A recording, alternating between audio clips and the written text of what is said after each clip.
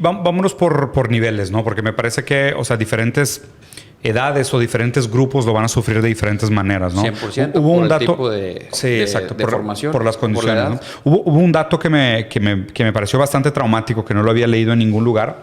En Estados Unidos, la pandemia dejó a 1 millón de niños huérfanos por quitarles a sus cuidadores, ¿sabes? Entonces, yo no he visto esa estadística en México todavía. Y obviamente creo que hay un problema muy grave que todavía no hemos visto, que justo al principio, o sea, y es extraño, ¿no? Cómo la moral se disfraza de estética. Y te voy a explicar un poquito a qué me refiero con esto. Y de hecho creo que es un tema que podemos platicar ahorita y en el siguiente punto que me gustaría platicar contigo.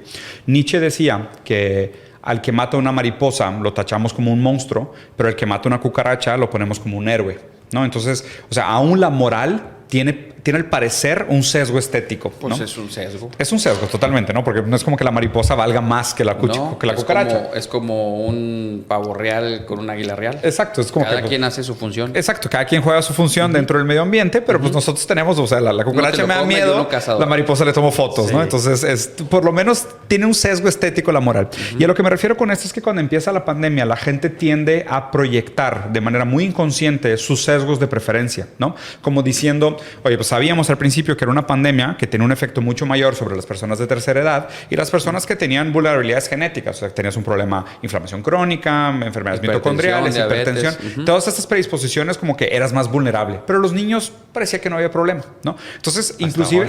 Sí, exacto. Entonces, era raro porque yo siempre percibí como este sesgo de capacismo, de decir, es que si a los niños no les afecta, bueno, a los que les va peor, es que no haces ejercicio, te va a ir mal, ¿sabes? O de que, a los viejitos les va a ir mal. Pero parecía, o sea, a mí me parecía, o sea, deplorable, hablando en serio, porque me parecía como un tipo de eugenética proyectada, donde la gente lo que estaba diciendo es que mi grupo no está en riesgo. Los que están en riesgo son los adultos mayores. Exacto, los adultos mayores y los que ya tienen problemas de salud, que, o sea, es que es horrible, porque casi creo que la gente estaba diciendo se lo merecen. Sí, y no es terrible. Y no es por las variantes.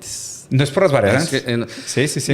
Muchas cosas que tú bien comentas y estoy convencido de eso es... Sí. Mentalmente, Diego, inmunológicamente, el miedo hace que entren también... Claro. El nerviosismo, esto hace que entren las enfermedades. Sí. Por eso te digo en el tema anterior de la mala información. Sí, totalmente. Si tú pones a una educación, vamos a hacer esto, estás más activo, estás más perspectivo. Más consciente. O sea, estás más fuerte, estás más esto, todo... Mucho de esto es mental. Algunos pueden, algunos no podemos, algunos pueden más que otros. ¿Te refieres a lidiar con el estrés? A lidiar con el estrés para que...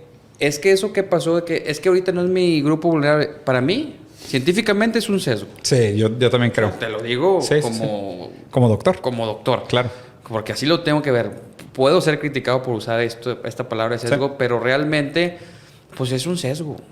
O sea, no lo puedes utilizar de otra forma. Sí, yo concuerdo contigo. O sea como que nos parecía relativamente fácil darle sentido de esa manera, ¿no? Pero justo lo que quería platicar es cómo la pandemia de alguna manera va a dejar secuelas emocionales y mentales para diferentes grupos, ¿no? O sea, primero, este tema que estamos hablando de los niños me parece fundamental, ¿no? Es como, o sea, ¿qué podríamos hacer o cuál es la responsabilidad del Estado para todos estos huérfanos?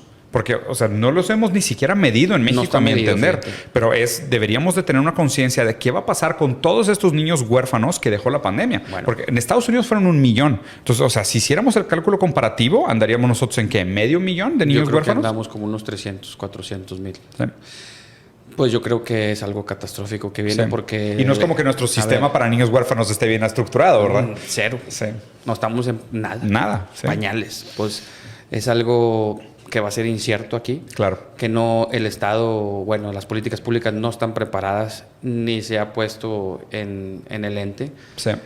Concuerdo contigo que no se tiene una línea de investigación en cuanto ha pasado. Es más, me incluyo, que debo de saber eso y no lo sé. Sí. Voy a revisarlo porque debe haber una plataforma más no activa. Ya. Pero sí creo yo que ese punto que estás tocando, tienes toda la razón. Que no hay medición, que la tenemos que hacer. ¿Y qué vamos a hacer con esos niños huérfanos? Exactamente. ¿Y por qué me parece que de esos niños huérfanos, a lo mejor sí tienen algún familiar? No, y probablemente. Y es justo lo que quería hacer con este punto, era invertir ese sesgo, ¿sabes? Sí, porque lo que la gente decía es de que, no importa, porque la población de riesgo son los adultos mayores. Ajá. Pero somos una sociedad. Claro que la sociedad existe. No, ahí viene el golpe. ¿Quién cuida a los niños? O sea, ¿quién forma a estos niños? ¿Quién les da un lugar en el mundo? ¿Quién los libidiniza? ¿Quién les da amor? ¿Quién les dice, espero muchas cosas de ti? ¿Quién les dice, te motivo a tener tener una carrera. O sea, ¿quién les da un lugar en la sociedad? Bueno, la ley sí está establecida como tal, pero en papel. Claro, en papel, pero de ahí a que esté en infraestructura, en fondeo. En papel está bien padre. Sí, tenemos el mejor papel y tenemos bien escrito y que no les va a faltar esto. Sí, pero hasta dices, wow. Pero a ver, el mismo gobierno, políticas públicas, no hace nada para que baje. Para bajar a praxis, ¿no? Te lo digo por mi experiencia en la política pública. Sí, te creo. Te lo digo por mi experiencia. A ver, te voy a poner un ejemplo.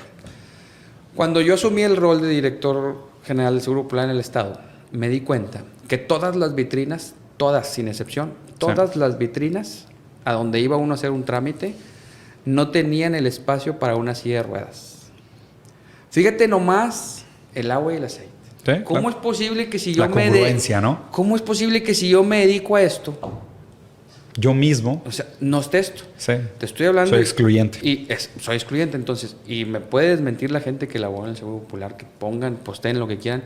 Los primeros 3 meses me dediqué a que todas las plataformas del Seguro Popular de Nuevo León tuvieran un estante digno para una persona con discapacitados. Sí, totalmente. ¿Por qué? Porque es el nombre que se les llama regularmente. Equivocadamente. En el área médica. Sí. Entonces, y puse los cajones y todo eso. Entonces, ¿a qué voy para la conclusión con esto? Yo pongo lo que me toca en ese momento. Claro. Pero no puedes con todo. Sí. Porque si la plataforma gubernamental no te lo baja, pues sus intereses son otros. Queda muy bonito en papel, pero pues no pasa absolutamente nada. No, está con madre en papel.